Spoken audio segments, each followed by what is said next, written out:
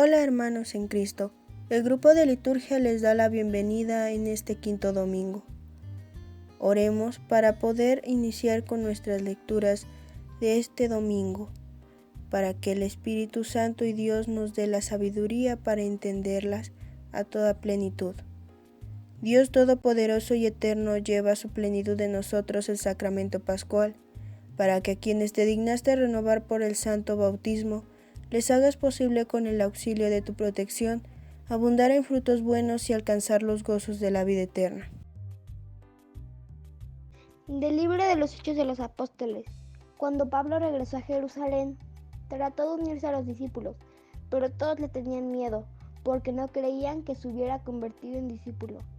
Entonces Bernabé lo presentó a los apóstoles y les refirió cómo Saulo había visto al Señor en el camino, cómo el Señor le había hablado y cómo él había predicado en Damasco, con valentía en el nombre de Jesús.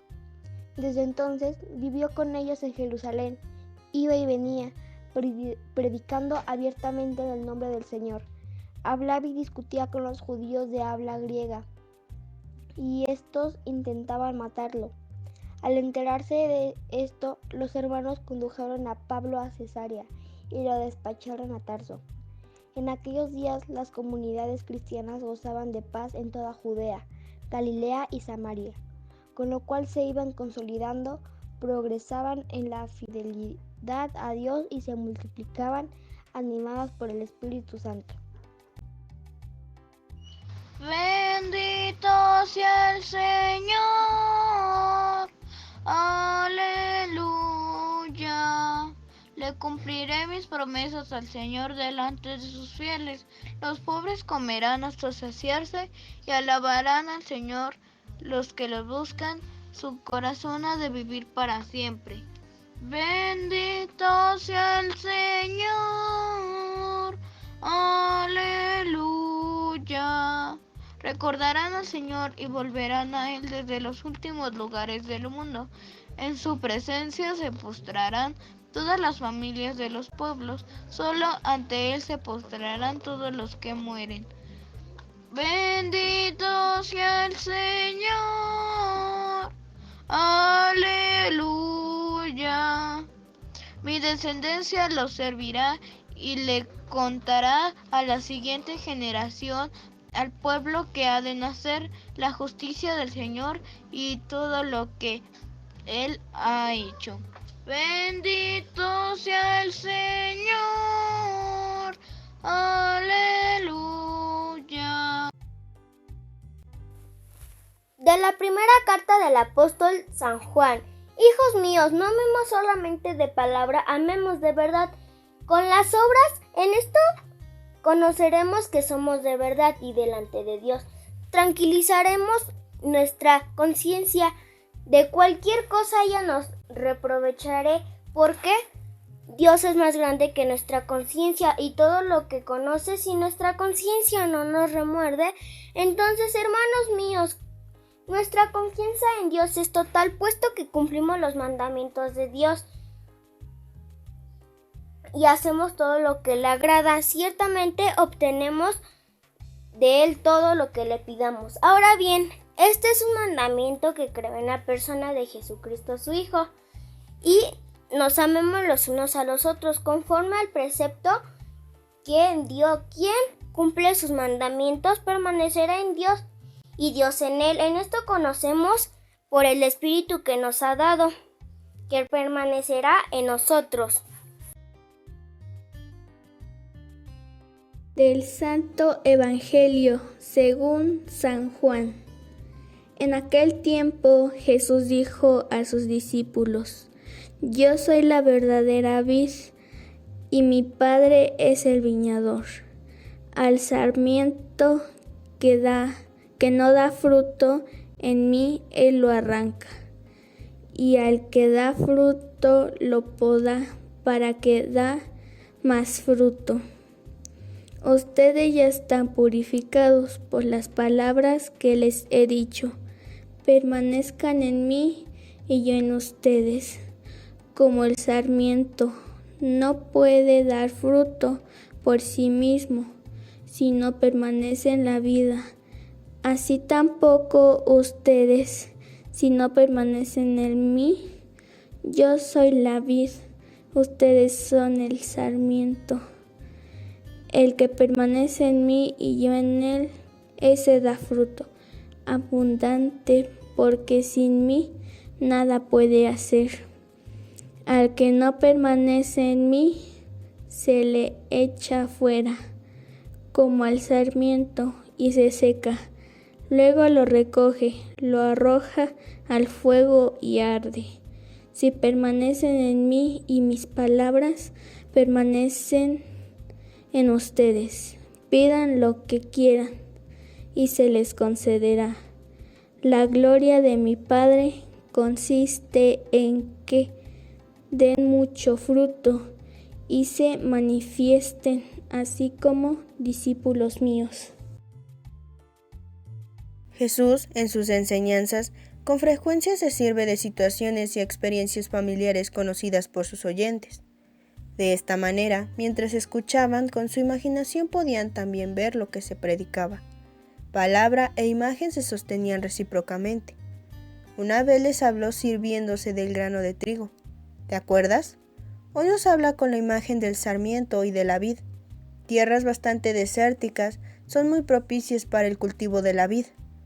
La enseñanza de Jesús inicia con la fórmula "Yo soy", frase que tenía fuerte resonancia a los oídos de su auditoría.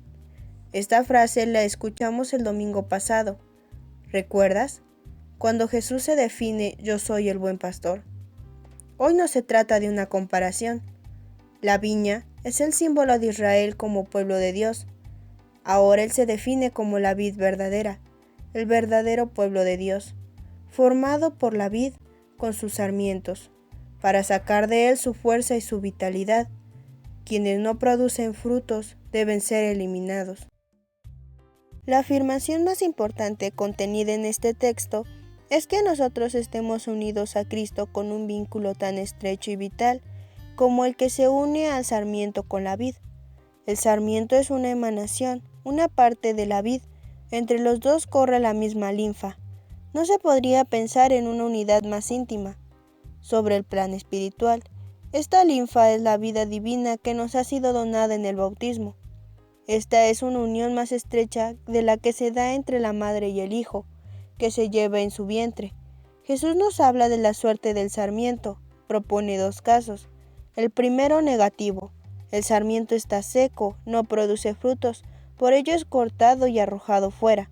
El segundo es positivo. El sarmiento está todavía vivo y lozano, por ello es podado.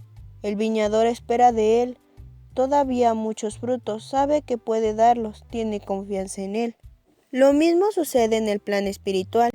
Cuando Dios interviene en nuestra vida con el dolor, con el sufrimiento o con la cruz de situaciones difíciles, no quiere decir que esté disgustado con nosotros. Es todo lo contrario. Es necesario encuadrar estos versículos en las corrientes, muchas veces dualísticas de algunas comunidades cristianas primitivas que debían afrontar crisis internas. Hoy en día debemos ser conscientes de las consecuencias inevitables que nuestras acciones conllevan. La llamada a la conversión permanece siempre presente en la propuesta del Evangelio. Para el evangelista, dar fruto significa ser discípulo, es decir, unirse a Jesús en la fe y en el amor, en una actitud de conversión permanente, un amor que sea signo para el mundo gracias a su calidad y a su intensidad. Ya en este contraste vemos que la podada no es un acto hostil hacia el sarmiento.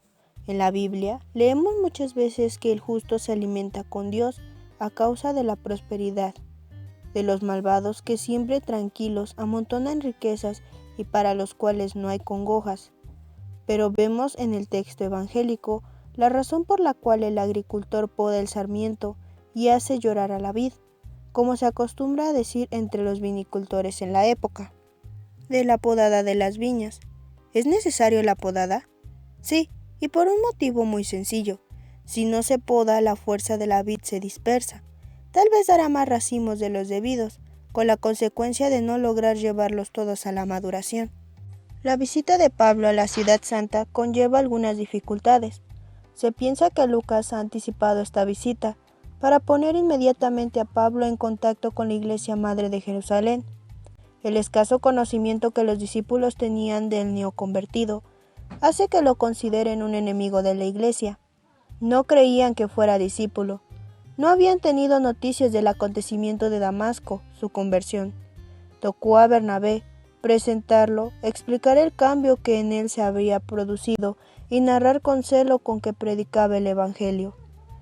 ¿Qué quiere decir en la práctica esta cálida exhortación del apóstol? Hijos míos, no amemos solamente de palabras. Amar no de palabras sino con hechos.